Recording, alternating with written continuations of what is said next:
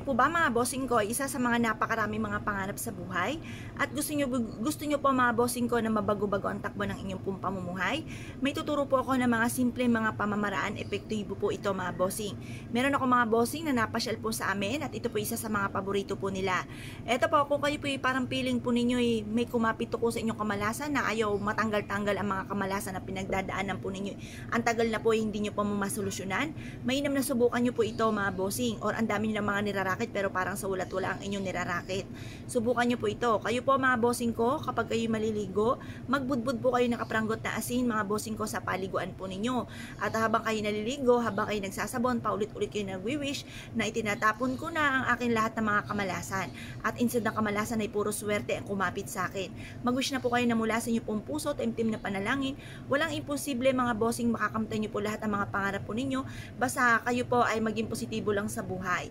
Ngayon po mga bossing, kung kayo po naniniwala at naisyo po itong gawin, subukan nyo po ito. Araw-araw nyo po ito mga bossing kung first time nyo po itong nagawa mga bossing. Hanggang sa mapansin po ninyo na parang lagi naman kayong iniaadya kung saan lagi kayo ay suswertihin. Mapapasin nyo mga bossing ko kung puro kamalasan, marireverse naman ang mga magaganap. Instead na kamalasan ay puro swerte ang darating po sa buhay po ninyo mga bossing. Subukan nyo po ito, proven po ito na napakaswerte. Ang gagawin nyo lamang po mga bossing ko, pagtapos nyo pong maligo, sa unang pagpapaligo po ninyo, huwag muna kayo magtutuyo ng tuwalya, hayaan nyo muna na matuyo ang tubig na may konting asin sa inyo pong katawan mga bossing. At pagkatapos, manalangin ka ng taimtim, humarap sa may silangan na kiniklaim ko na ang swerte.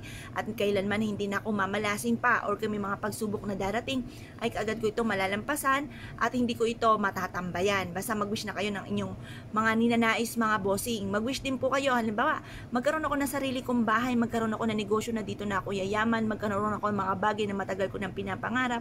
At kung ano man mga pagsubok ko sa ngayon, ito po ay kaagad ko masusolusyonan. Tapos mag-wish na kayo po ay gumaling sa inyong karamdaman, kayo po ay malayo sa mga toxic sa buhay po ninyo, nape-pressure po kayo sa mga taong nakapaligid sa inyo, na kayo po ay sinisiraan or chinichismis or sobrang inggit po sa inyo, yung mga ganong sitwasyon mga bossing, mag-wish ka na mula sa inyo pong puso. At pagkatapos ito mga bossing ko, ugaliin nyo po ito, kapag araw-araw nyo siya nang ginagawa, pwede naman pong kahit gawin nyo po na ito ng twice a week, mga ganun mga bossing, depende kung kailan nyo gusto, or pwedeng panaypayin nyo na po siya, pero tiga kaunti lang na asin ang inyo pong ilalagay. At lagi maglo-lotion dahil sa panahon ngayon na napakainit mga bossing, baka mag-dry ang skin po ninyo. Pero konting-konting asin lang mga bossing, hindi naman isang dakot na asin. Kapranggot lamang araw-araw mga bossing, para yung mga saan tayo pumunta, may kumapit sa ating kamalasan, ay kaagad itong bibitiw once na meron kang pang-alis na mga kamalasan, pangontra sa kamalasan. Kung kayo pinaniniwala at nais po itong gawin mga bossing, subukan nyo na po ito, proven po ito. Marami na nagpatotoo, may bossing po ako na ang dami niya mga pagsubok na pinagdadaanan, na ipayo ko po sa kanya. Siya ay maglagay ng kapranggot na asin sa paliguan po niya, at ito po daw napansin po niya na unti-unti na bago at naging positibo po siya sa buhay, at ang gaganda ng mga dumating sa kanya.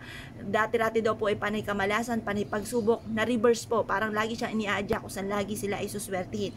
Kaya kung hindi nyo pa ito nagagawa mga bossing, subukan nyo na po ito, proven po ito na maswerte. Yun na po mga bossing, salamat po!